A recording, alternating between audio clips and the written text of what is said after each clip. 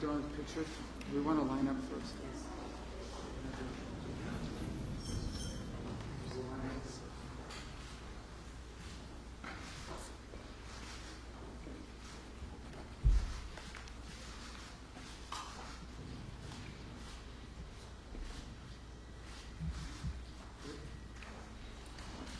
Welcome.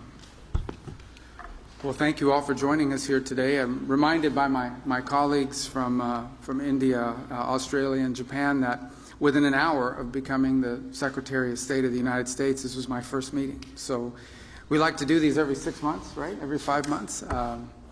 But we're honored to host them here today in this very important partnership that has developed over the years and that I think has really taken wing in the last few months, and we want to continue to build on. These are very important countries. These are very important strategic partners and allies of the United States, and together we have a lot of shared priorities, a lot of things we care about in the world. I think there are many global problems, but also problems that we face in our respective countries that can be solved by us cooperating together. One of the challenges upon coming, although this is a great partnership and a great forum in which to discuss these issues, one of the challenges has been something new like this, is turning meetings and gatherings where we talk about ideas and concepts into a vehicle for action, into a vehicle for actually being able to take concrete actions. And that's the next step in this great partnership, is to actually begin to see concrete actions and steps being taken in conjunction with one another, in coordination with one another, in partnership with one another for the benefit of our respective countries and ultimately of many other countries in the world. There are many countries that are going to benefit from this partnership even though they're not members of it. And it's not simply a security matter. It's largely, in many cases, about economic development. In fact, later today we'll be hosting here in this building a number of companies. I think over 30 or 40 companies was the last count. Representing all 4 of our countries, companies that are doing businesses in these countries or who are domiciled in these countries and who are going to be visiting here to talk about things we can work together on. And there are many topics that we can work on and focus on. One that I've personally been very focused on is diversifying the global supply chain of critical minerals, not just access to the raw material, but also access to the ability to process and refine it to usable material. It's critical for all technologies and for all industries across the board. And so having a diverse and reliable global supply chain of these is just one example of many that we can focus on and build upon and achieve some real progress on. So that's the hope for this partnership. That's why it's so important to host it here today.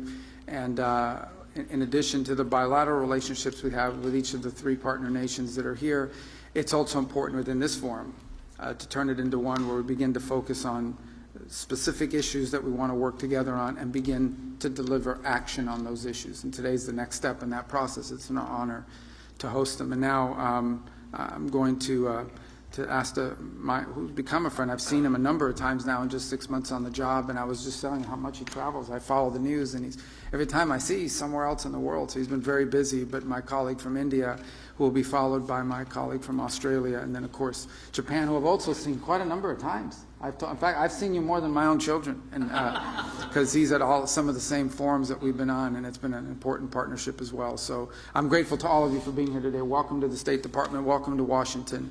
And I look forward to visiting you in your respective countries as well, and for the progress that we're making together in this very, very important partnership and forum that we've created. So thank you. Thank you. Well, thank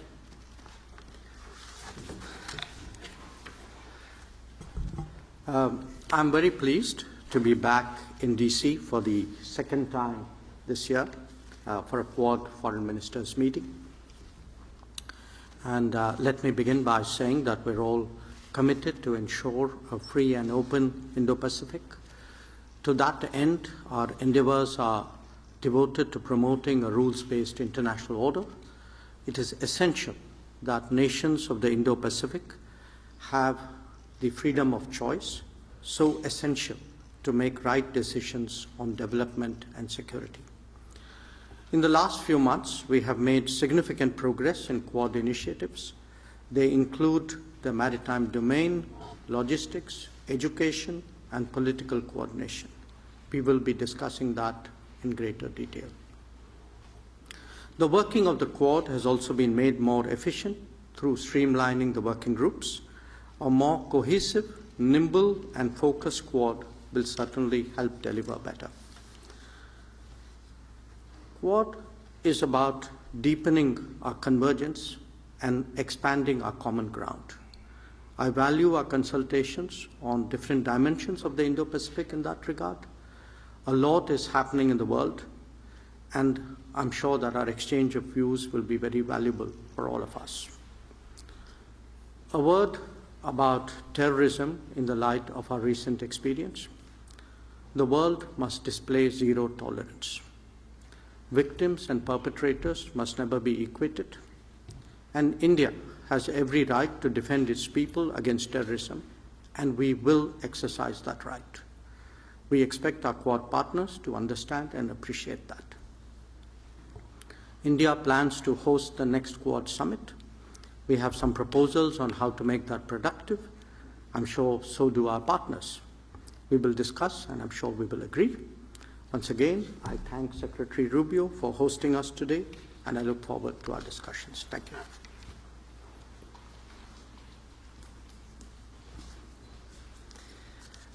Thanks very much.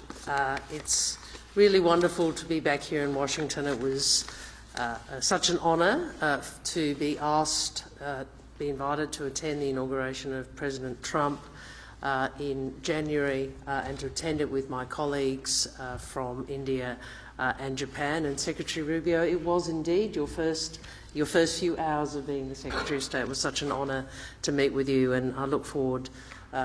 Thank you for the engagement over particularly this last little period with the Middle East, and then obviously we look forward to your visit to the ASEAN set of meetings in our region. We understand how important this partnership is. It is such an important partnership for the world, it's such an important partnership for our region, it's such an important partnership for the countries represented. The importance of our partnership is highlighted by the urgency of the strategic challenges that we all face. In his testimony to his confirmation hearings, the Secretary spoke about the future of the 21st century being made in this region, being shaped in this region, and Australia agrees. This is a very important Quad meeting, as always, and unfortunately we meet against the backdrop of conflict and of escalating competition. So it has never been more important for us to harness our collective strength for peace, for stability, for prosperity in the Indo-Pacific and for all our peoples. These four countries represent nearly a quarter of the world's population and over a third of global GDP. We are independent, sovereign nations. We bring our own perspectives, our own interests, and we also know this, that we are stronger when we work together. Whether it's when we respond to emergencies, as we did, when we together mobilise quickly to support communities affected by the deadly earthquakes in Myanmar, or cooperating on issues which are critical to the region's security and prosperity, such as technology, supply chains and maritime security. Practical cooperation, which is all designed to make all of us safer in a region which continues to change. I'm very grateful to be hosted again by the Secretary for this, our second Quad meeting in 6 months, and I look forward to the discussion today. Thank you.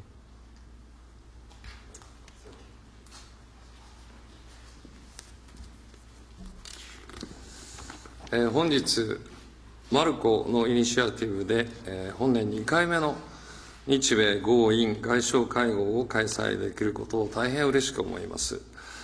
マルコが国務省に初登庁して数時間後に開催された本年1月の外相会合開催は、国際社会に対して前向きで力強いメッセージとなりました。Today, I'm pleased to convene the second Quad Foreign Ministers meeting of this year, thanks to Marco's initiative.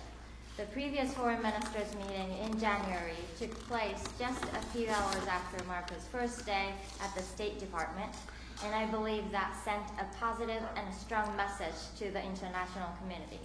それから半年のタイミングで再度日米豪印の外相がワシントン DC に集うことができたのはクワッドの結束の強さと重要性を示すものであります。The The fact that the 4 foreign ministers are once again gathering here in Washington, D.C. only 6 months later demonstrates the strength of the unity and the importance of the Quad. 現在、中東や欧州ではさまざまな混乱が起きております。我々4カ国が位置するインド太平洋は世界人口の半数以上を要する世界経済の成長エンジンであり、インド太平洋地域の平和と安定は国際社会の繁栄にとって不可欠であります。インド太平洋地域の平和と安定のために、地域の大国である日米豪印4カ国が果たせる役割は大変大きなものがございます。Currently, there is turmoil in the Middle East and Europe. The Indo-Pacific region, where our 4 countries are located, is the growth engine of the global economy, accounting for more than half of the world's population. With this, the peace and stability of the Indo-Pacific region are essential for the prosperity of international community. The 4 countries, as major powers in the region, have an important role to play in ensuring peace and stability in the Indo-Pacific region.